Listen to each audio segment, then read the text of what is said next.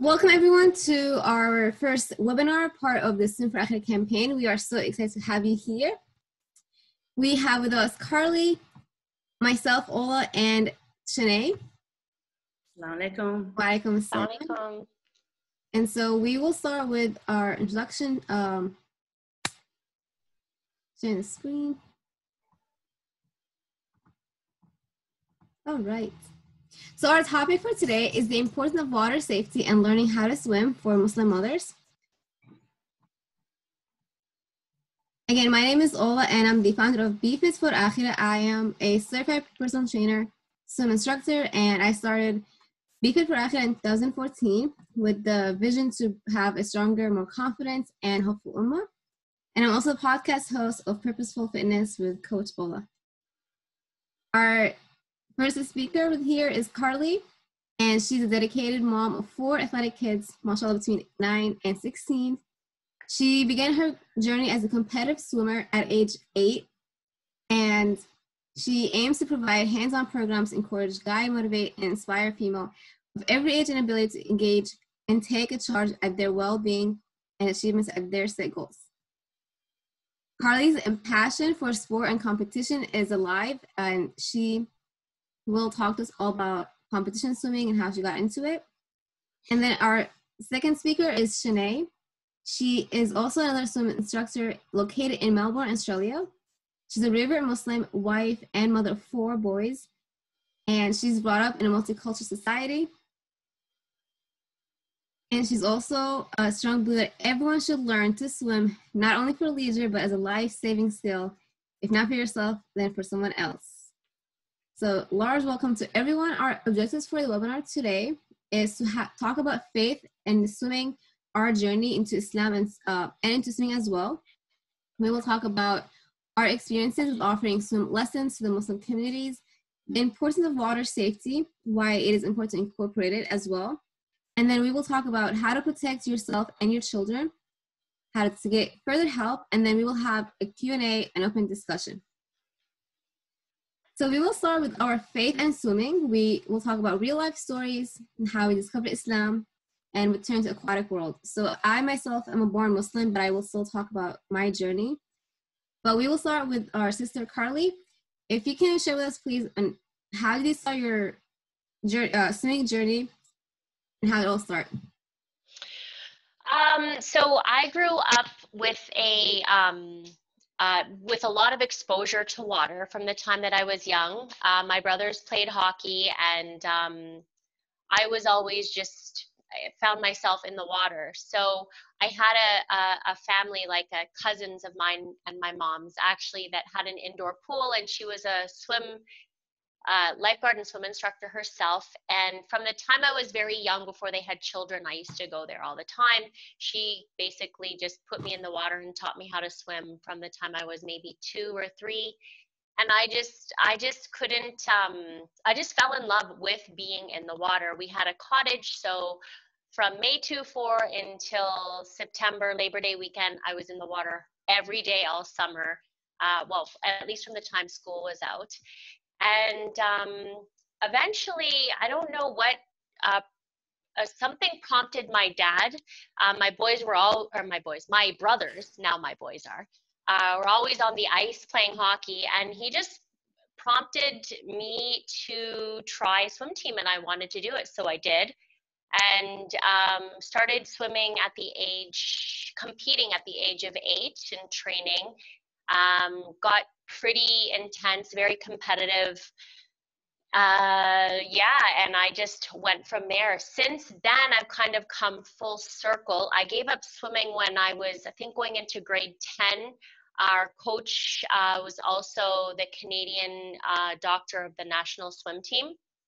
So he was very rigid and strict, and he basically said, you can't play any other sports. You know, you have to either commit or not commit. It was black or white for him. So I let swimming go on the competitive level. And then, you know, I went through my adolescence. And then in my early 20s, I became a Muslim. And I was, to be totally honest, I was detoured from swimming completely, almost from doing everything, but swimming especially, because it was awkward. And so somebody approached me in our community here in Mississauga, Ontario. We have a very well-developed Muslim community, and somebody approached me to come to these Muslim women and children swimming programs and sessions that were available with the city of Mississauga. They didn't run them, but they rented them the pool. So eventually that transpired into a private rental, and then they actually had me take that complete program over. So I've been running that program now for over 11 years. It's been 15 years running. And alhamdulillah, like, it is one of the most progressive and established swim programs probably in Canada for Muslim women and children. So we have everything from adult level 1 to 5. We have all the preschool A, B, C, D, and then we've got, we call them Swim for Life 1 all the way to Bronze Med, Bronze Cross, and we've even offered NLS. So it's been fun. And then I teach Aquafit, so I'm the Aquafit instructor. So it's sort of came full circle eventually, even though in the beginning it was very hard to go swimming and feel comfortable with it, but alhamdulillah, now I've sort of found a way to make it all work. That's amazing, mashallah. And Shanae, would you please share with us your journey of swimming and how it all started? Yeah, so I was introduced to the water young also. My mother and my sister don't know how to swim, so I think my mother was like making sure that that I was water aware and so forth, but I loved it. I loved, you know, even being in the bath, you know, as a young child. So I had actually completed our local pool centre, their swim program by a young age, maybe 8 or 9, but I used to only go when it was like school holiday period. So, you know, they had intense courses at the time, and I completed that along with survival skills. And so I actually still use those survival skills and teach them onto people today, you know, so whether it be children, whether it be the women I teach, it's something that's it's remained in my mind. And I think, you know, teaching and sharing that knowledge onto other people, I think they will keep that in their mind and hopefully even pass it on at some, you know, future stage. So I actually reverted at about 19 years old, just before I was married and so forth. So when I had my children, I introduced them to water very early as well. I had them into swimming lessons. I used to take them to the local pools, and then I used to get them into lessons as well. And so still to today, they still, my younger ones who are 9 and 11, they're still doing swimming courses. But my other ones have sort of completed up to a squad level. I don't know, like, I know there's differences in levels between sort of Australia and America and so forth, but they would be at a competitive level, if that makes sense. But they just didn't pursue it, that's all. So, yeah, as I reverted, I actually didn't become a hijabi until about 4 or 5 years ago. So I used to wear still modest clothing, but it would be like long shorts up to the knee and maybe a t-shirt as such before I became hijab. But since then, I actually have, it hasn't stopped me in any way. So water's still a big part of our lives. We still go to the beach. We still have holidays where it's around the pool and water sports and so forth. So I have never lost the passion for it. If anything, I sort of just strive and revolve life around it, if that makes sense. So yeah, so then I became a swimming instructor a few years ago. I do still teach preschoolers, majority of my swim lessons. It's only because of the hours that I work, or otherwise school groups. So, you know, school education will include swimming classes generally. and the schools bring through, the centre brings through school groups for a couple of weeks at a time. So I'll teach school-age children roughly up until about 12 to 13. So it's our primary level school. And so, yeah, I've also worked with children with special needs as well. I find that so rewarding. They love the water. And to be a part of that, it's just one of those rewarding jobs. And I think if you have the passion for it, and sharing those moments with other people who have come from, a 5-year-old child standing in the corner of a pool not wanting to move, to seeing them swimming laps within, a 12-month period, it's just such a rewarding experience.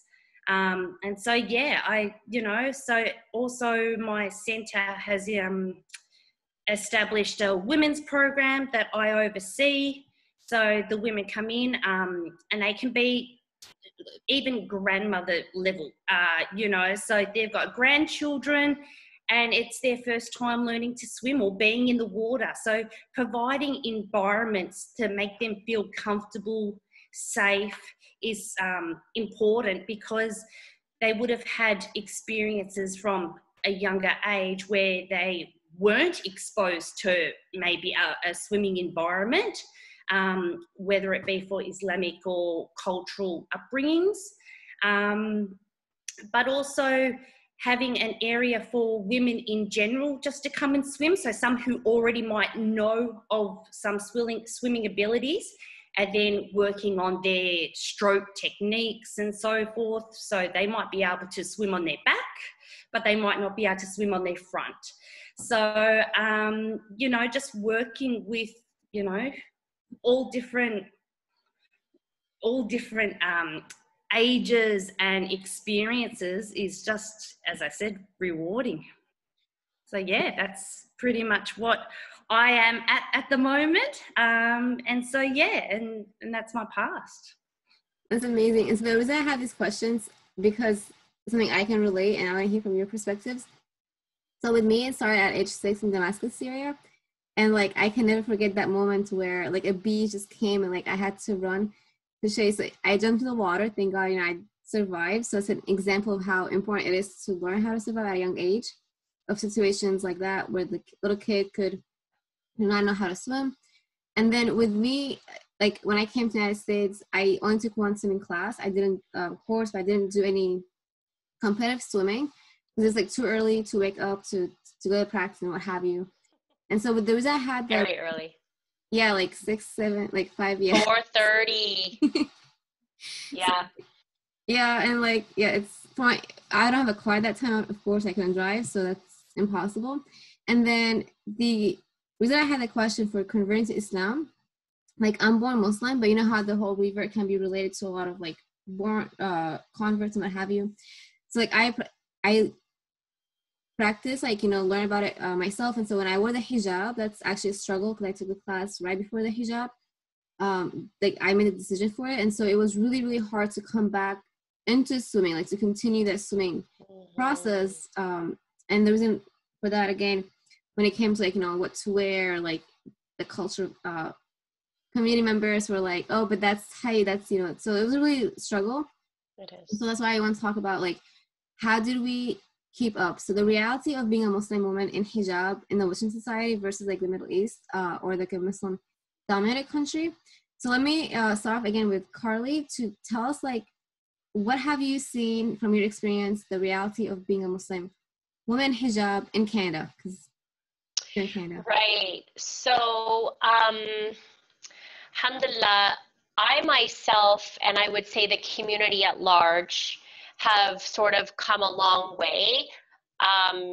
I know a lot of people that I know who are like-minded like myself are swimming in the water, and we're going to beaches and those kind of things. However, there's still a large part of our community whom, when I do go to beaches, I will see Muslim children in the water and the Muslim parents just on the sidelines watching because they're either scared, they can't swim, or I'm not sure, like they're not dressed for the water whatsoever. They could easily drown in whatever they're wearing if it's too heavy and too bulky, or they'd struggle in the water, I guess I should say. I won't say they would drown.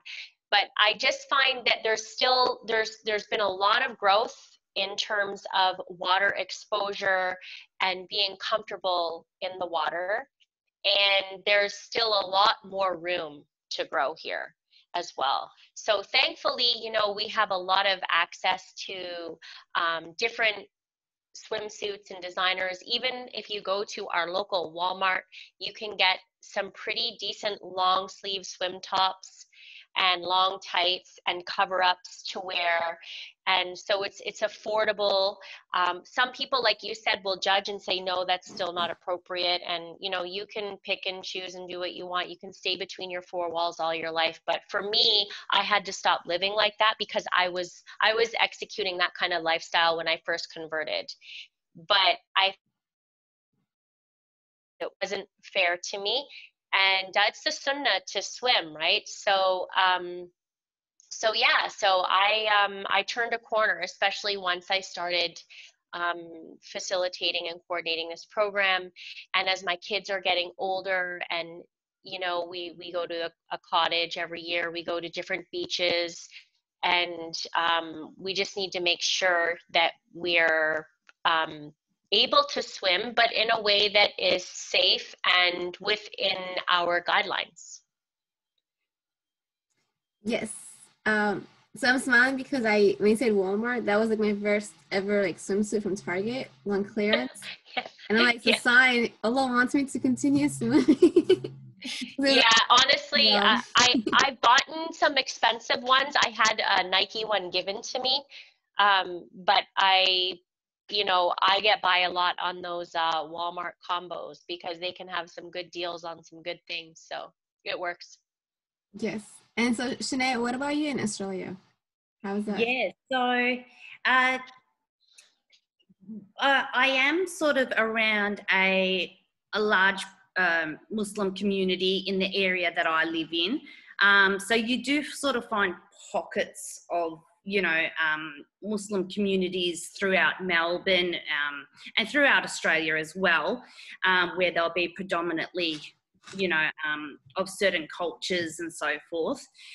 But I think over the last maybe 5 years is where I've really seen growth for Muslim women, not only just for the swimming industry, but also physical activities. You know, they're a lot more aware, especially sort of women my age through to, you know, through to the next generation. So the women born in the 90s, they're more aware of being active and more into the fitness and so forth, compared to what it was maybe, you know, over the last 20 or 30 years, if that makes sense. So I think it's, you know, it used to be hard just to find like lycra leggings with sort of something to wear that was sort of long top, but wasn't that cotton feel. It was more of a lycra feel. And then I was introduced to Speedos and Speedo modest wear. And that's what I pretty much, we're in isolation at the moment. Melbourne's in lockdown with the strictest regulations in the world due to the coronavirus. And I'm still buying swimsuits. So, you know, it's definitely more variety. There's local shops that will have suitable swimwear, especially for, you know, hijabis. So it's definitely more of it's more established over the last few years. And I think that there is an awareness that people want to be in the water. They want to be able to feel comfortable. They want to be able to walk on the beach and, you know, and not be exposed to such, but not be completely covered. to a point that, you know, that, as you were saying, that they would struggle to swim in, you know, like, so they avoid the water, but then also they've got a fear of water. So the way I saw, the way that I actually knew there was a need for women to swim was when people found out I was a swimming instructor. It actually I had so many conversations with women saying to me, if their child, you know, they'll have swimming lessons for their children, or they'll take them to local pools. But if something was to happen to their child, they would have such a fear that, you know, they would watch their child in distress, but wouldn't be able to save them. Like, they just wouldn't have that, you know, that urgency to get in there and to grab their child. And to me, that was just such a, you know, profound moment that I went, wow, I could never, like, you know, my first instinct would be to get in there to, you know, to save my child, whereas their fear would actually overcome that instinct.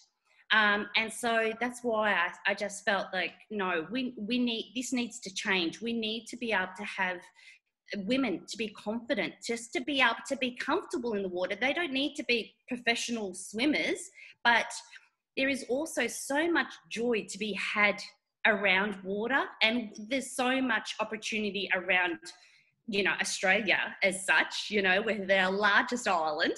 So, you know, we've got beautiful beaches and everything, and you just want them to be able to share and enjoy those experiences with their children. You don't want them to be having a fear, or, you know, they'll say to me they go on holidays and their husbands will be swimming around with the kids, but they'll sit on the side. You should be in there. You should be, you know, being a part of it and making beautiful memories. And yeah, that just gave me such a drive to want to teach women in particular, just to help give them that confidence, you know. It's yeah, and you just don't realize how many people actually want to do it, but just not having the environments to learn or to feel safe in. So providing those places for them is, yeah, really beneficial. Mm-hmm. Yeah, so like we had Canada, we had Australia, now it's the USA time. With me, my experience of in the United States, one, I agree, like I'm smiling because like everything you've said, like I've experienced myself as well. So for instance, before COVID, I had a mom who came and, you know, she wants to learn how to swim. She's like, oh, like, you know, all my kids. And it's like, what about me? And it breaks my heart when I hear these stories. Like, they put their kids every time, like first, but then like they leave themselves at the end. It's like, why? And then I'm thinking of the time that I went to Rehoboth Beach in Delaware. And so when I drove, like it was me, my mom, and my friend, and I was obviously the only hijabi, like in the car with them. And then we just see a bunch of, you know, like Trump signs and what have you. So the fear started like building up within us. And so like when we went up to the beach, like I was the only hijabi there too. So like we had some fear. So I think that another reason that, and like, not to get into politics, but I think that could be another potential why some women like myself might not go to the beach. Perhaps like hearing stories, being afraid, being like the only one, what have you, because like that's something I experienced. And so, yeah, everything you said is something in USA as well. And so we will go to the reality behind swim lessons for the Muslim woman. So what are the roadblocks and obstacles that we face in offering swim lessons for the Muslim communities? I will change it up a little bit right now. So the roadblocks, I only have been a swim instructor since October 2019, summer 2019. So I'm still like new to it. But what I've seen so far, the hard things, it's obviously, you know, space, time-wise, like renting for it, the cost for it. You know how our women, they're not comfortable a lot in the COVID environment yet. So there's like that, and then having a lifeguard for them. So I want to hear from both of you. We'll start with Carly. What have you seen so far, like in terms of roadblocks and obstacles with swim lessons? Sure. So from the Muslim women perspective, I found that it is very true.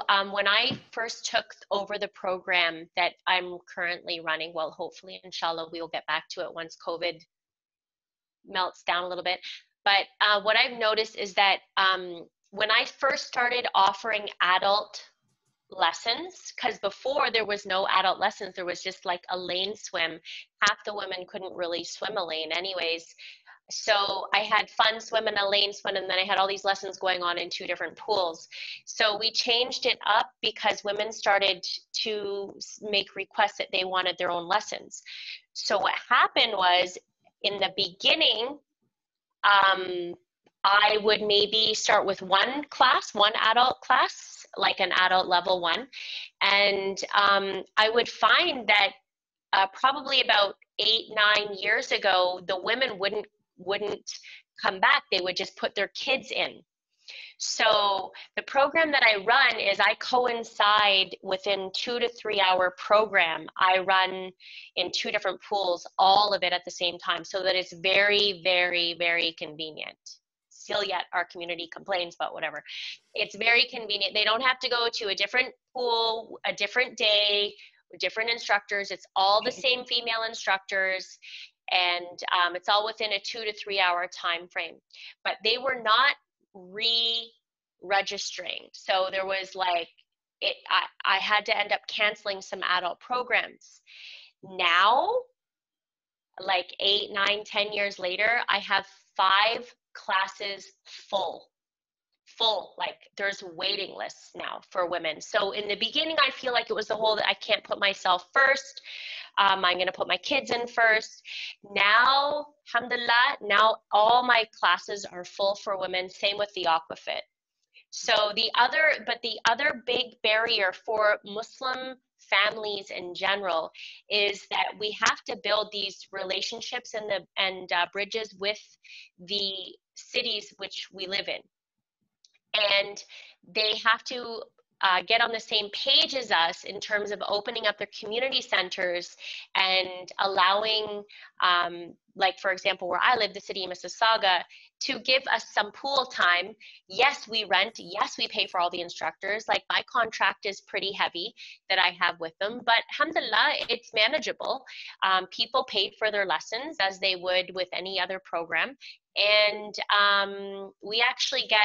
I actually managed to make it so that it's even cheaper than what the city offers, and they sometimes get even more. So they'll get an added 15 minutes onto their lesson so that they can do a fun swim that's structured and monitored by the lifeguards. So, but that's the biggest thing, because I'm the only program. We have a very, very, very huge Muslim community here, and alhamdulillah, very established.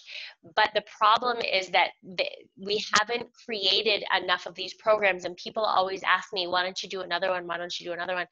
The thing is that there's only one of me. The program itself, when it's running, is like a part-time job, but I also run a business and I'm a teacher and I have 4 kids. So I can't do it. But I've told other people to do it, but they just won't make that call to the pool to talk to the aquatic supervisor. They don't have it in them. So it's kind of like our own issues that we have. And then it is hard to work with the non-Muslim community, for them to, some of them get us and get our needs and respect them, and some don't. And you can bang your head against the wall trying to talk to them. They might not get it, but hold your ground, be firm and respectful at the same time. I fight every year for this program to continue. Every year I'm in meetings, I'm in this and that, trying to keep this program going. So it's totally worth it. Like I agree with Shanae that it's 100% worth it. I love it, I enjoy it, and I see women who could not get in the water, have had really past traumatic experiences with water, who are now in Swim for Life 3, or sorry, not Swim for Life, but adult level 3, 4, or 5 at the top level. We've actually now created a 5+. It's not even a level here, but we created it for our program because people are beyond their levels, the highest level for the adult women. So alhamdulillah, it's happening, it's going. You know, we have a lot of women in my program that are learning how to swim who would never step foot in water if it wasn't for the program. They were completely terrified of the water, actually. So Alhamdulillah, it's been good, but there are roadblocks, but we need to push the roadblocks out of the way. They're there, we can remove them, but if we're just staying idle, it's not going to happen. I'm not a swim instructor, but there is a program in the Atlanta area run by a group called Muslimas Indoor. Oh, yes, yes. One of the things that they invited me as a guest, and one of the things that I remind the women is, just like your faith, you can't save someone else until you've saved yourself. The water is the same way. If you can't at least swim and put a buoy out to someone else, you can't save your children. Just like your faith, if you don't have a basic understanding of Islam, you can't give that gift to your children. So I definitely applaud what you guys are doing, because I understand what it is to be a mom and to work, and then to have that as well. I know setting up those programs is not easy at all. Alhamdulillah, not easy, but worth it. Yes, definitely Yeah. worth it. And my experience is so different. My father is Caribbean, and I've swum all my life, and I can't fathom the pressure that some of these women feel.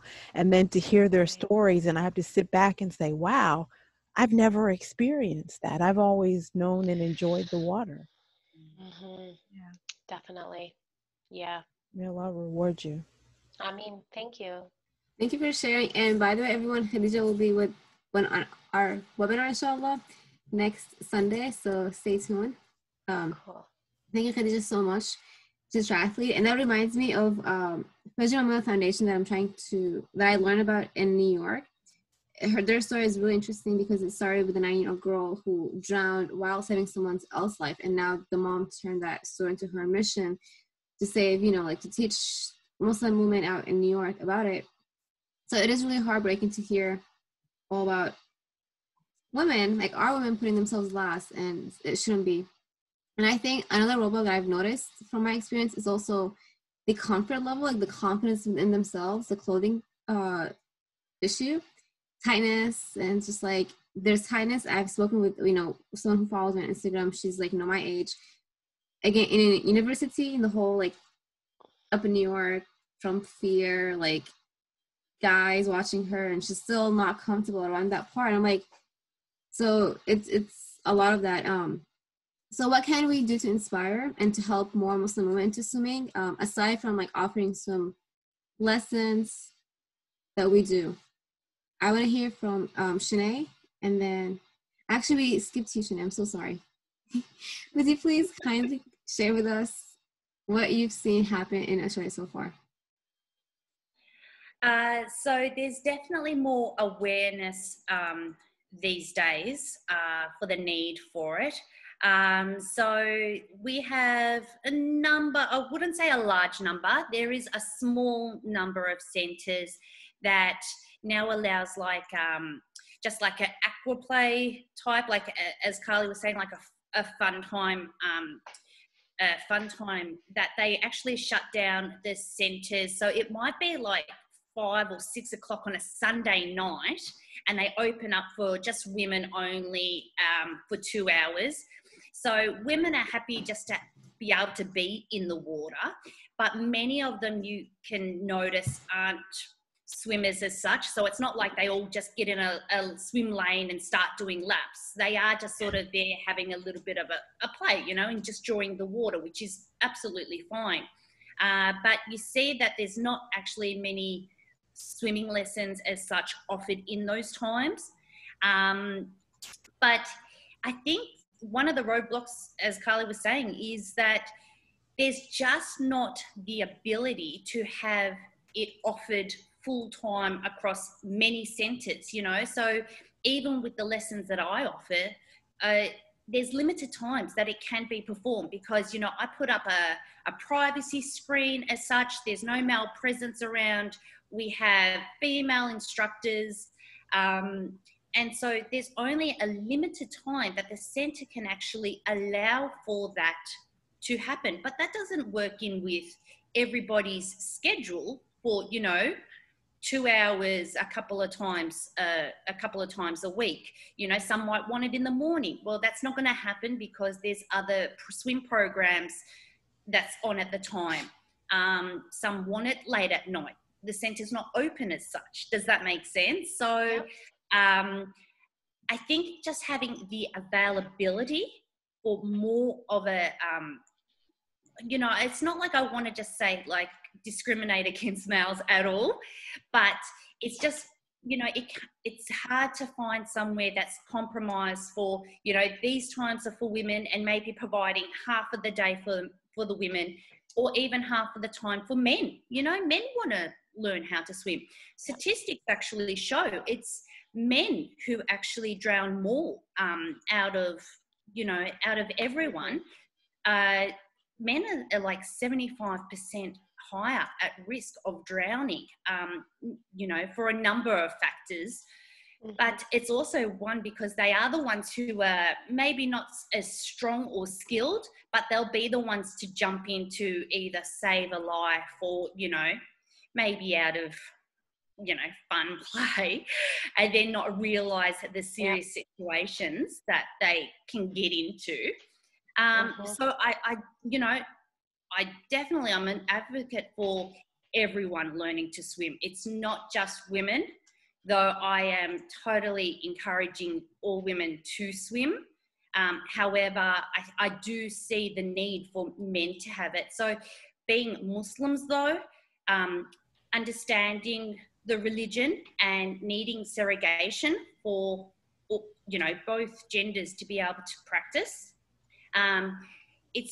There's just not those facilities as such. And I think that's what needs to be made more available for people, to be able to give them that confidence, to be able to, you know, find those centres and actually feel comfortable in it and know that, you know, they're living the religion correctly, but they're also learning, as you're saying, Carly, you know, swimming is sunnah. It's, you know, it's something that should be taught. And so our beloved Prophet Muhammad, you know, may peace and blessings be upon him. He was, not only was he encouraged from a young age to, you know, to learn how to swim himself, he also passed that knowledge on to fathers, onto men to actually pass on that knowledge along with horse riding and archery and so forth. So, you know, swimming, it's not like it's a new sport or anything. It's something that's actually needed as a life skill. And so I think the roadblocks is just not having the availability to be able to know that we are still doing it right by our faith. And so just being able to give those opportunities is what we need to encourage. Thank you so much for your insights. It gave me a lot more insights as well. That reminds me of lifeguards. That's another whole topic because I experienced it when I was working with a local Islamic school, private school. That was one of the obstacles. The availability had to be around the lifeguard. So it's not just like about our time, the lifeguard's time. And then another obstacle, like it would have been better if I was a lifeguard certified as well. Would have saved a lot of, you know, those issues. And then that actually is a really good segue for the next question is how can we inspire and help more Muslim women? And I think that is to get them certified as well. Because like Carly said, it's only one of us. We cannot multiply ourselves, but we can multiply ourselves by getting them certified. And then they can also take what we learned, so we become their mentors, and then we mentor them how to go, because we've been through it already. Yes. Any more insights, Carly? You know, how can we inspire them? Yeah, so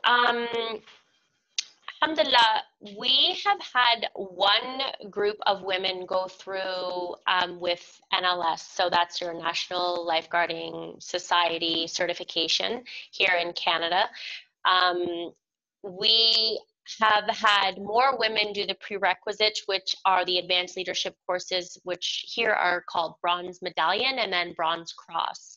So a lot of girls have been waiting for these advanced leadership programs to happen because simply we can't run it. I can't throw it into my program. I used to, but there's not enough room anymore. And I don't have enough lifeguards because I have to have like 8 female lifeguards over the span of 2 hours every Saturday night. You know what I mean? And it's just, we ran out, and you have to have a specialized certification to teach these advanced leadership courses. So I was working with the new aquatic supervisor because there's a turnover too in management of the pools wherever you may be, it happens. And so you have to reestablish yourself. You have to reestablish the goals that you're trying to achieve with your group. And that is our goals, is to provide the city of Mississauga, for where I live, with female lifeguards, because here it's 80% male, 20% female becoming lifeguards, Muslim or non-Muslim. Wow. Right?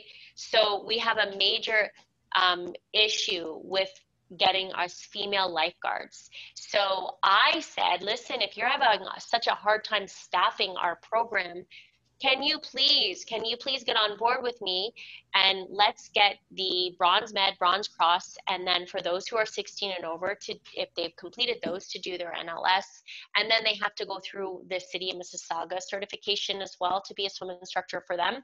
But we could do it, we can make it happen, you know, but we have to get the ball rolling, we have to get things in motion. So right before COVID, we had a meeting. Right before the lockdown, actually, and I had no idea it was coming. The lockdown was coming, neither did she. And then it just literally within a couple days, everything was canceled. My program was canceled. Everything was off the board. So I feel like we have to just keep on pushing, and we have the girls, when they get exposed to swimming, they want to keep swimming. I have a girls that I can name off the top of my head who want to be lifeguards. And it's a great job to have as well. It teaches you, you know, all your first aid, CPR, you know, head trauma, diabetic comas, like you name it, you're learning all this stuff, spinal cord injuries, whatever, head injuries. So you're learning all this stuff for your own self and to help others with, but now you can transfer this over, you can create a job out of it, and you can help our community grow. And that's what I'm trying to do. But man, the obstacles that I faced with pool time availability, the young girls want to do it, and I even have some, you know, girls in their 20s who want to do it too. So it's, the desire is there, we just need to it's, again, for me, it's working with the allies, which are the people who work for the city here. Really, with that lifeguard situation, like I'm smiling a lot because it's not easy as like it is like a lot of easy, but at the same time, not everyone can do all this on the strokes. So like that's another like topic, how to teach them the strokes correctly and then get them into it. But then Shanae, may I ask like how? Any final like remarks on how we can inspire them into swimming, inshallah? Yeah, so I think having the awareness that there is the availability for, you know, women hours or female hours, whether even if they're teenagers, because I think, you know, you do have to educate the younger generations, of course, and I think that filters through to, you know, to the, you know, for the future, but also through their parents as well. And so it encourages them, you know, I think having like mother-daughter time, you know, where they can both go to swimming lessons together, or, you know, have that time together. Not only is it a bonding experience for them, but having that facility that both generations can learn. So definitely having the awareness that there is now the availability of these things out there for them. A lot of people, even non-Muslims, when they first started attending lessons at my centre, they actually were commenting on, they weren't aware that there was this you know, this program was available and locally for them. And so, you know, as I said, it's not just about Muslim women, but women just want to be in an environment where they feel comfortable. They don't want to be at local pools and maybe feel like they're struggling a little bit, or, you know, they swim a little bit and they stop, and then they'll swim a little bit more and then they stop. But they feel like people are watching them, even though they might not be. But it's just that sense of insecurity that, you know, they just want to be in an environment that people are on the same level as them. And so, yeah, as I was saying, it's pretty much just getting the awareness, knowing that there are people working out there, advocating for them, getting these programs out there, and inshallah, you know, it becomes available for the, you know, for the larger communities, and more centres take up these opportunities because there is a need for it. So, you know, I really think it's a matter of the centres taking those opportunities to get that out there. Thank you so much to both of you. I like took notes. So awareness, like that's something we can continue working on after, you know, since we're COVID and what have you. And then talk more about like lifeguard. I think it's something that's really, really important in my opinion. And then the allies, the facilitations, inshallah. All right, so the next slide is how to motivate Muslim swimmers. So I know we talked about this hadith, but I'll repeat it one more time. Exactly, our Prophet Muhammad said, you know, any action which is with remembrance of Allah subhanahu wa ta'ala, except for 4, walking between targets, training one's horse, playing with one wife, learning how to swim, and then learning how to swim is there. So that's something that we all should continue. And I added my story just for some sense of humor, because that's something I experienced, which is why I'm propelled forward to talk about this. Something it took one lady to tell me that I cannot become a certified swim instructor just what I wear, and I proved her wrong. So that's one story. Okay, so water safety and why it is important to talk about it in the Muslim communities and families, and how to get started. So of course, like CDC reports says that formal swimming lessons can reduce the risk of drowning by as much as 88% among children aged 1 to 4, highest risk age group. And it takes only 1 moment, as we both talked about. A child or a weak swimmer can get drowning at any time. You know, it takes text, fishing. And then the Red Cross believes that by working together to improve water competency, which includes swimming skills, water smarts, and helping others, water activities can be safer and much more. So from your experience, like when you talk about swimming to the Muslim communities, how is their perception?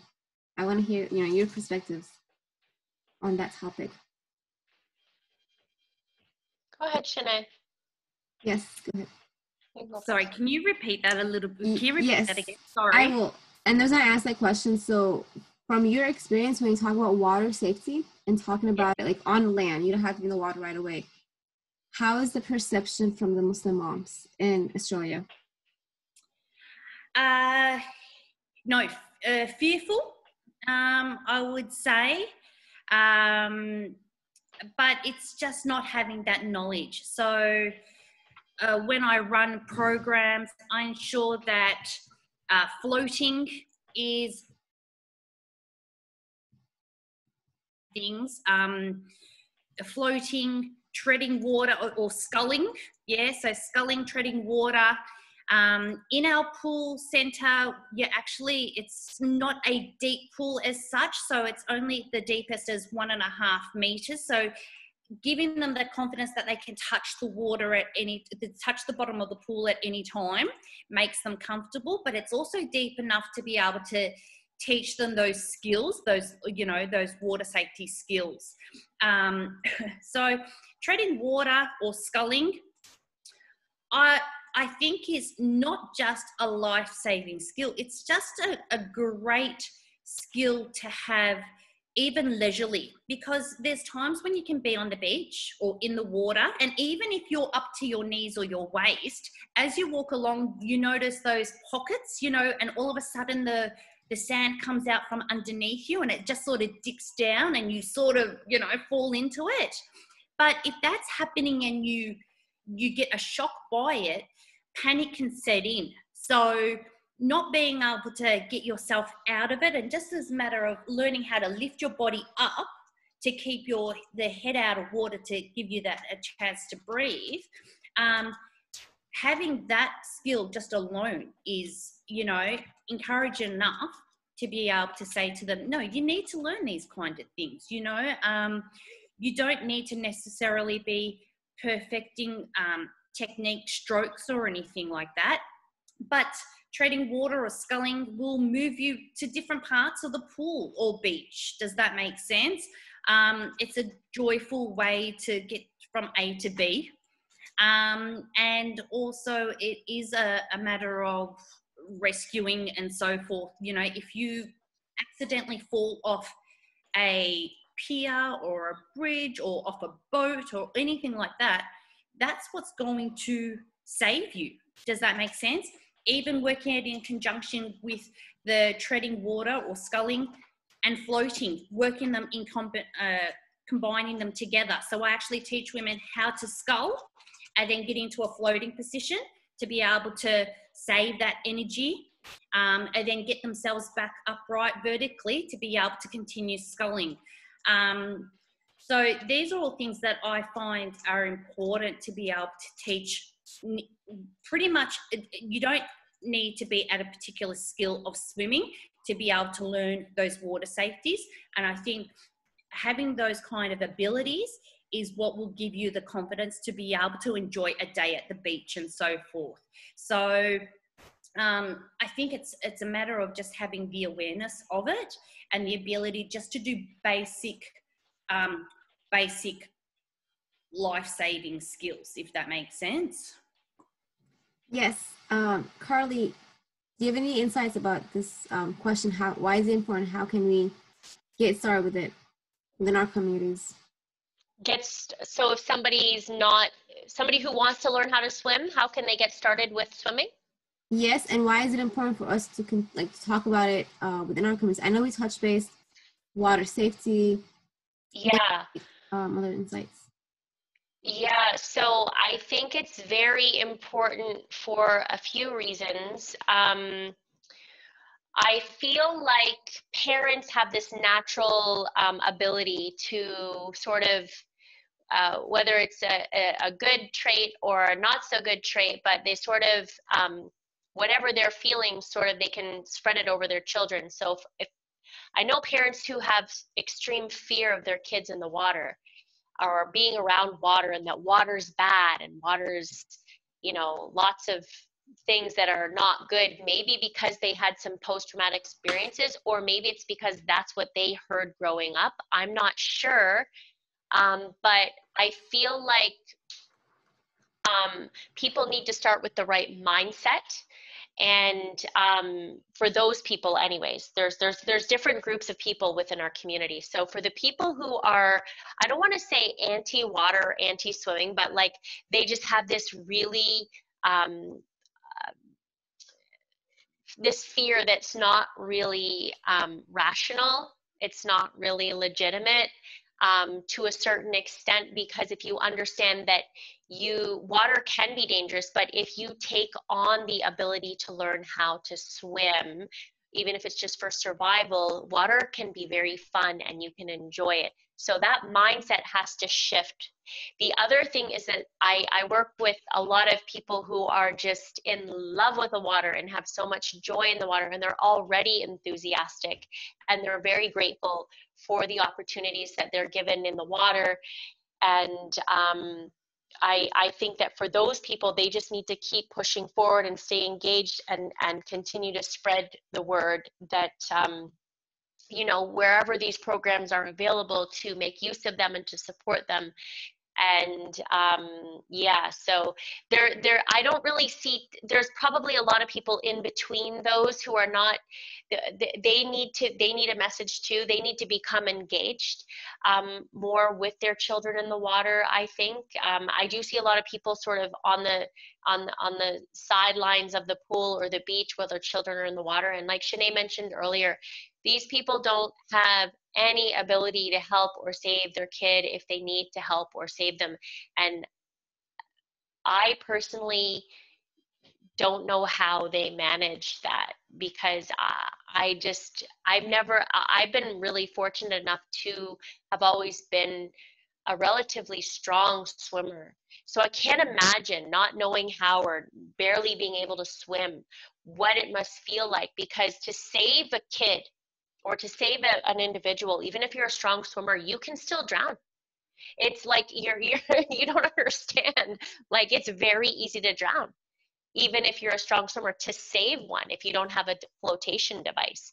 So you need to be, people need to be on their toes a little bit more. For those who are sitting on the sidelines watching their kids swim at a place where there's no lifeguards present, they need to be a little bit more aware of the fact that they should be leading by example.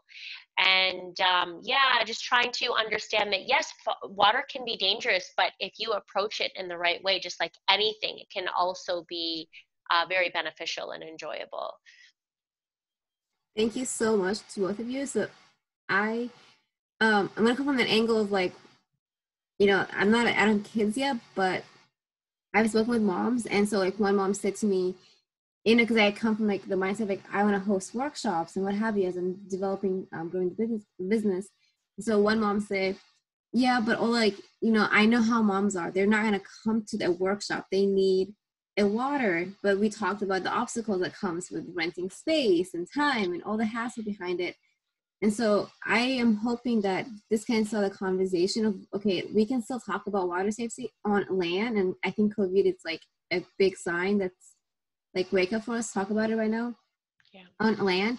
And then number two, growing up, going to college here in USA, I've always attended like, lectures, halakas, all the Islamic talks, and it's important for us, but I think our community should now really kind of bring swing back. And now we just mentioned how it is from the Sunnah. Then why do we keep not talking about it? And then number three, I had someone who reached out to me saying, thank you so much for talking about this. I've always grown up in this mindset, household, what have you, that it's like haram or like, muharram or what have you. We're not getting the whole halal haram debate, but we all know what we're talking about, what kind of communities we're coming from. And so that's why this is so important for me to bring into the discussion, that it is from the Sunnah. We established that, so then we should bring it back into the conversation. And then we also brought the discussion of how it is hard for us. And then I lost my thought, but exactly the mindset, we should be more open-minded to it and not close it under the rug. And so the next thing is, what can we do to protect yourself and your children? Of course, even if lifeguards are present, it's important to be water watcher, water safe, and empower our women into it, and our men, of course, but women right now. And then teach children to always ask permission to go into the water. That, your conversations has been reminding me a lot of Physed Memorial Foundation, because when I spoke with her, it is personal, but the same thing, she said, no, Ola, water is not as safe as people think it is. It's something that we need to be really careful about, and the whole anxiety around it. And so it is really important to take precautions for the water environment that we are in. So pool to be fenced, the spas, at the beach, always swim a lifeguard, always swim a buddy. And then, of course, we don't have to talk about this, but don't use alcohol, drugs, and then wear a U.S. Coast Guard approved lifeguard. And these are coming from Red Cross resource. And then go get swim lessons. Mm-hmm. So now we are open to Q&As. Our audience, please feel free to ask us questions. We are here to answer them for you. Just use the shaa button, and then you're ready. So where can you find myself? You can email me at bfitforakhira@gmail.com. Carly, you can in-home holistics, social media as well. And then our sister Shanae Hussein at yahoo.com.edu. So does anyone have any questions? I just want to say thank you. And also, as swimmers, to teaching people to have a healthy respect for the water. One of the biggest problems that I've seen is that Muslims who do know how to swim don't demonstrate all of the safety precautions that they should take. I've been swimming since I was 2 years old, and I've been laughed at because if I'm open water swimming, I swim with a can strapped to my waist. I learned as a child, even the strongest swimmer can get pulled by an undertow. Just like you said, if you're saving someone else, you can drown saving someone else. The proper way is to use a can or to use something, give them something, don't physically use. So like I said, once again, I applaud you guys for one, taking on the responsibility and being examples of water, one, learning how to swim, enjoying the water, and having a healthy respect for the water. So yeah. Thank you. Thank you very much. Thank you, Khadija. We do have a question. Gina asked, you're welcome, Gina. She said, Shanae, excuse me. I was wondering what you meant by sculling and how does that work in the water? Just curious what it meant. So interesting. So it is for you, Shanae. I'll let you answer it. Sculling, is it? Yes. So what do you meant by sculling? So sculling is moving your feet and your hands, giving you the ability to cause a downward pressure to be able to elevate your body up so your head remains out of the water so you can actually breathe. So causing a downward motion with your hands and moving your feet within a circular motion, whether it be like a bicycle paddle or egg beaters going sideways, it actually gives you the flotation to be able to keep your body up and out of the water to be able to breathe. The only thing you need to do is keep at least your face, at least your nose and your mouth out of the water to be able to survive, for survival purposes. So sculling is actually your hands. The movement is the name of it, but treading water is that whole motion. So if you're not able to touch the bottom of a pool or the beach or any surface, lakes, rivers, whatever it may be, if you cannot touch the ground, keeping your hand motions and your feet motions moving will give you that ability, and that's what sculling is. Yes, and it's also like a drill that we use in the water as well, yes. So she asked another question. What is your favorite thing about swimming? And if you could choose one thing, what is your primary motivation to be a swimmer? Let's start with Carly, and then we'll go to Shannon and I'll go to myself. So Carly, what is your favorite thing about swimming? My favorite thing about swimming? Yes. Oh, gosh. Well, I think now, okay, so from a facilitator point of view, my favorite thing is like the blessings of giving women opportunity and having women come to me and say thank you for doing this, because I would have never learned how to swim in my life if this was not happening. And they come with their children, and their girls are also learning to swim in my program.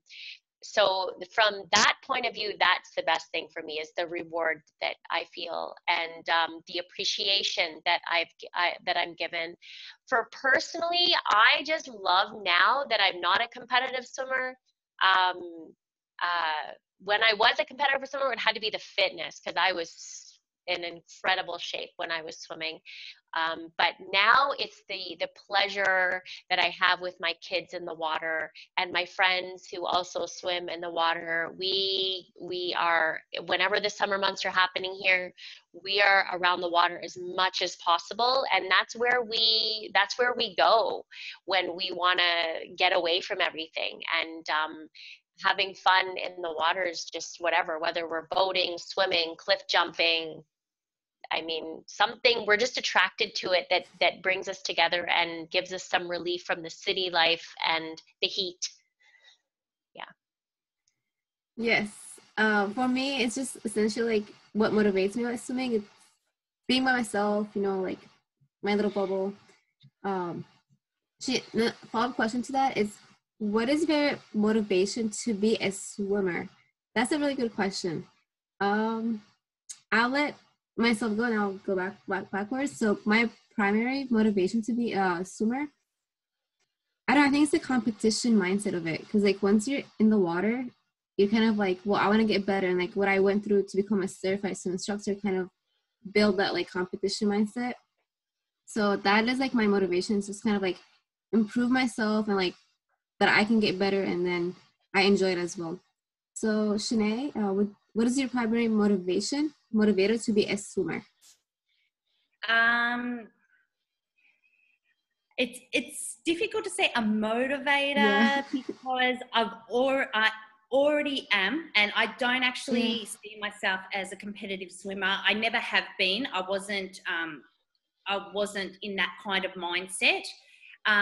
However, I just love the feeling of being able to not touch the ground. We are so used to walking on land, and when you get in the water and you are not touching the ground and you can feel the water embedded around you, just holding you up, I think is it's an amazing feeling. SubhanAllah, the power of what water can do is beautiful. And that feeling of just that lightness, and it's sort of like a superpower, you know. If we could fly, we probably would, you know, like, so it's you know, it's such a different feeling to just walking around on your feet all the time. Being able to sort of hold yourself in a bed of water is subhanAllah, it's a wonderful feeling, and that's what gives me the joy, that's what gives me the passion. So even as I'm teaching people, you'll generally tend to find me swimming alongside with them, you know. So as they're swimming, I'm swimming with them. I won't just necessarily walk around just because I'm in the pool, you know. And even though I'm with people, you know, it's great to be able to do that kind of activity together. So that is definitely my motivation. Yeah, you said it like so well, mashallah. Carly, I think we already answered, right? Your motivator. So, sorry. Yeah. Did I give you a chance to answer? What's like your current motivator to be a swimmer? So for anyone who perhaps, I think I answered that. I don't remember that being the question, but I think I I'm pretty sure I did. Yes. Yeah. Okay, we have really good questions. So thank you everyone for asking, and you're welcome to everyone that has been asking.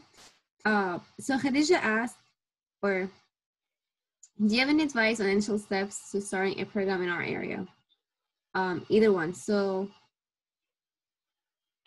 I feel like I'm not very experienced with this. I'm gonna leave it to both of you, please.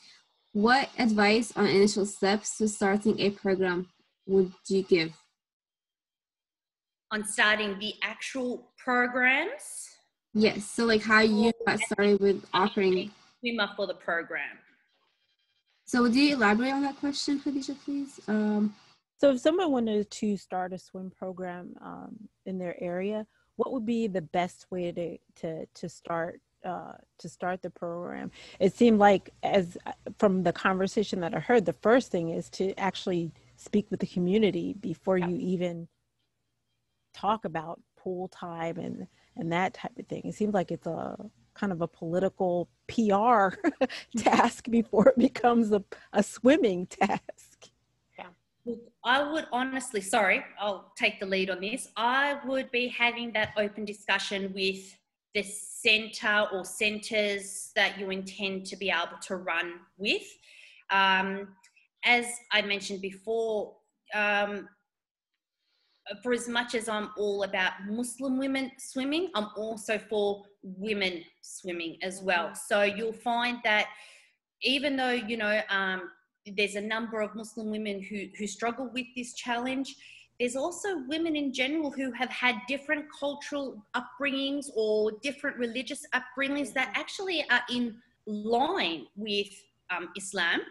And you'll find that they've faced the similar challenges, or someone has had a traumatic experience in the past, and as they've got older, they're ready to overcome that fear. So I wouldn't be limiting it. If you are going to run a women's session, I would put it out there. should be for all women, and maybe having that discussion with the centre first is your first objective. So, yeah, so, you know, that's my perspective on it. But, yeah, Carly, if you would have any, you might have more experience. I agree with women's only, or women and children. We have boys up to the age of 7 in our program. Once they hit 7, they're done. It's just always been that way, and I've never changed the rules since I started running the program. But I would say to keep it open. But in terms of really getting that will come.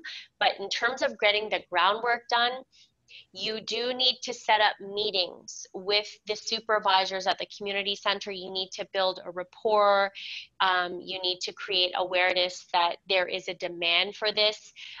They make money off of us. Like our program is a good program in terms of being profitable for the city of Mississauga. So they need to understand that, you know, you want to create maybe just an hour to start with. Start simple. Maybe just have a few beginner classes, an adult beginner and a couple of children's beginners, and maybe a preschool class, and start with that and build on that. And say, is there an hour a week where we could have a time slot where you could provide me with female lifeguards, 1, 2, or 3 maximum within that hour. You would have to be running maybe 2 half-hour classes or 1 full hour, and whatever. You work out the schedule, the schematic, right? Schematic is a lot of work, especially as your program grows, right? But start simple and build on that. Then you figure out what the cost is, and then you divide that by however many. So if you're going to do 10 sessions to start, you figure out how much it is per session, times it by 10.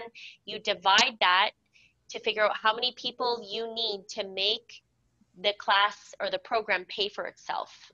Yeah. So you just have to first get in there, get a meeting going, see if you can create a time. If they can't help you, okay, can you send me to a pool that could provide this for me? And don't stop. You have to be extremely persistent. They call it a community center for a reason. It's for the community. It's not just for certain people. It's for everybody. So you need to make sure that is known, and that you are aware that this is your right. And it's a private rental. And if you're willing to pay, they're going to profit off of it. They're going to make money. I mean, we have a really heavy contract, you know, but we can make it work. We make it work. So I would say that just go into it in a way that you're confident enough to know that you can make this work, and that you want to work together with them. And you want to build a program where there is a demand in your area, and you can tell them there is a demand for it, you know, and see if they can give you an hour a week, and then go out and set up your registration, have them fill out the forms and pay their fees before the program starts. That's a problem. That is a problem. That is a problem in our community. Okay. So make sure they pay before the program starts. This is very important. Yeah. And I like the fact that you're saying all women, because I know, I'm not sure where you live, but I know in Atlanta, you have issues with like body shaming. Women feel just more comfortable around. I've had like just like Christian women. I've had Sikh women, Hindu, Chinese swim in my program. We also have a few girls with Down syndrome who swim with us as well. So it's our program's really diverse. Like we have everybody from everywhere. Yeah, that's awesome. Yeah. Thank you so much to Carly and Shanae. Our next question is, can you please elaborate some things regarding swim dress sizes? Is that all right if we get Muslim modest swim dress or of big size? So I will start with my experience so far. Swim size, dress size, I am not comfortable swimming in like loosely clothes anymore. I can't. It's just hard, the whole drag part of it. So I get my size. So it's like, I don't know, like that is like the answer to that question. The next question is, Is it alright if we get modest swim dress or of big dress? I'm not answering the question, to be honest, but I just find it really difficult to swim in a looser, larger size clothes. So, Shanae and Carly, what are your experience on that part? Go ahead, Shanae. I see like yeah. so. All right. So for example, I'll use Speedo as an example because they are worldwide known. With their modest swimwear that is available that I purchase, there is a tunic and there's leggings. There is also a swim dress and there is swim pants. So personally, my preference is a tunic with leggings. Now the tunic will be a one piece at the top, long sleeves. It covers my bottom and it comes up to about the middle of my thighs, and then it's the leggings. I find that to be modest. It is sort of on point. So if you're a size, well, we go sort of by sizes 8 to sort of, 16 here, but it might start at 0 to 10 maybe in the US. I don't know if I've got those correct or not. That's when I do Google searches of sizes. But for example, if I'm a size 12, I will purchase size 12. I'll find that it's fitted, but it's not too loose and it's not too tight. However, if I wanted to wear something a little bit looser, so that's what I would wear for the tunic and the leggings in the pool, when I'm instructing, when I'm swimming, when I know I'm swimming with the family, that's what I choose to wear.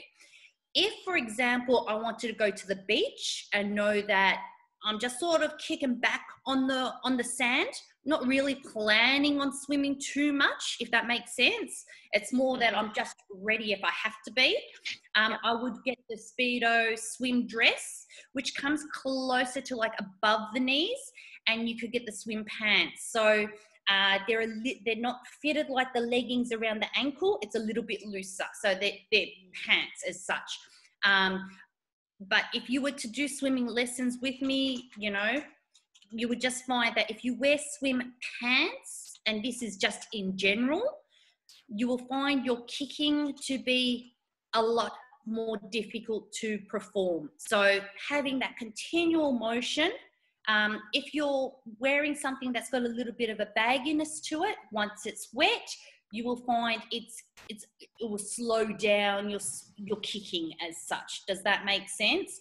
Yeah. So yeah, definitely if you're going to the beach and you just want to be comfortable, that you want to put your feet in the water, you want to go up to your knees, you want to just sort of be, in swimwear attire, but something that's still modest, I would definitely go with sort of the longer dress, the dress and the pants. But otherwise, if I know I'm swimming for, I'm swimming for the day from breakfast to dinner, then I'm going with my tunics and my leggings.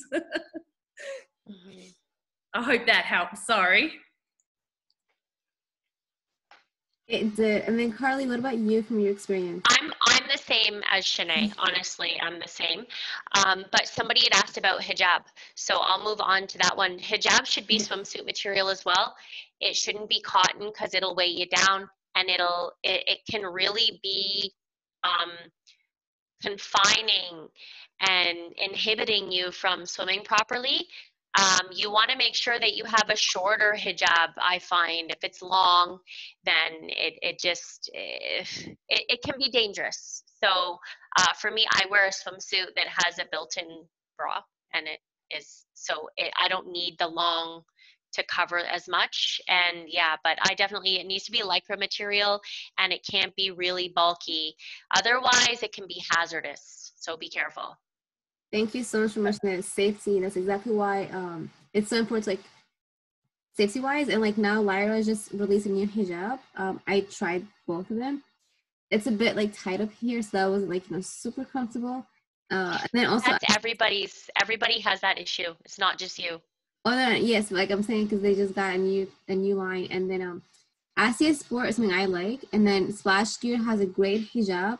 and it's found on some outlets. So I recommend that you check out these brands that I'll mention for hijab wise.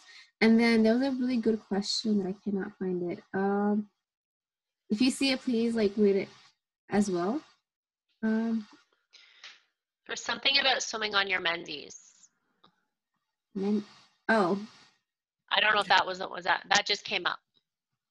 Like, is it possible? Well, I mean, that's something that I want to see your perspective, and I will ship in. Okay, so what I usually I get this question all the time, all the time. And, you know, for me, it's a personal choice. If you are not comfortable wearing a tampon, then you probably shouldn't get in the water, especially if it's heavy. If it's the end or the beginning where it's very light, sometimes because of the coldness, it stimulates your uterus to contract. Therefore, the bleeding can stop if it's light. So sometimes it's not an issue. It depends where you're at in your cycle. But if it's heavy, if you're not comfortable wearing a tampon, don't get in the water. It's embarrassing. It's not sanitary. Yeah. I'll let you answer that next if you have any perspectives. Yeah, I'm in total agreement. It is a personal choice. I'll find that I will generally be advised when sort of those cycles are about to occur. So, you know, not to sort of expect people to come to their swim lessons, and that's fine. Personally, yeah, if you are not comfortable wearing the equipment to be able to, you know, support that kind of cycle, then yeah, give it a miss. Give it a miss. I don't know, but to be honest with you, I don't know sort of the Islamic teachings about it. I know culturally, people are advised that they shouldn't be in water in those periods. But you also have to think there are people who are instructors and can't sort of take a week off every 4 weeks from their centres. So you got to think it is possible, but it is a personal choice. And so for me, it's a bit difficult to talk about it, like, publicly, and because I'm not married. So for me, it's like that part when it comes to culture, like, people are telling me like I've grown up in that mindset, like don't use it, you know, for that reason, and I don't know what. And then there are other Muslims who are like, it's okay to use a tampon. I'm talking about tampon wise. And so there's like that part, because she says for us Muslims. So like, you know, from married women perhaps could be a different situation, but like that is a whole different topic of like the unmarried girls in our community is like, do we allow them? Do we not allow them? And that's it's very cultural. Exactly. So that's why I'm like smiling. This is like so hard for me to talk about. I grew up non-Muslim. Yeah. Listen, I hit puberty before I stopped competitive swimming. Guess what? I couldn't just not always go in the water. Like, yeah. And guess what? It did not affect me at all, if you know what I'm talking about. I'll just leave it there. It did not affect me. People are so obsessed almost with this whole idea of what it does, and it's wrong. It's wrong. Yeah, so that's why like, it's a good question, and I'm just sharing like from. It's a good question. It is a good question. It is, but I think people need to let go of some of the cultural impressions and stigmas that are attached to using this type of thing, whether it's a cup or a tampon or whatever. I just think people need to get educated a little more, because it's not factual. It's not factual at all. I'm living proof, and I know girls who, for example, that are very, very, very, very, very active. This thing can happen. I know what's happened to somebody from cliff jumping, where they have had something occur where they think that's what happens when you wear a tampon, and it doesn't happen when you wear one. But it's just, people just need to let that go a little bit and stop worrying about girls and thinking that people are going to get the wrong impression or whatever. It's yeah. Thank you so much to Carly and Shanae for your time, for answering the questions. Thank you everyone that has come to attend this live. We will have the replay added, inshallah, after the campaign is over. And we have a webinar tomorrow, I believe at the time, 3 p.m. my time, 4 p.m. my time, with Splash Gear. And then we also have one on Sunday for the kids in the community. And then the Wednesday we have mental health, because that was brought up with the body image struggle with Abby Fish. And then inshallah next weekend we have Women in Africa. And then finish off with triathletes. Khadija was one of them that will be Mashallah. As a guest speaker next weekend. So thank you so much for kicking off the campaign with me. Have a wonderful Friday. Thank you guys. Thank you so much, everyone. It was a pleasure. Thank you everyone. Thanks for joining and thanks for having us. You're welcome. Assalamu alaikum. Okay. Wa alaikum salam.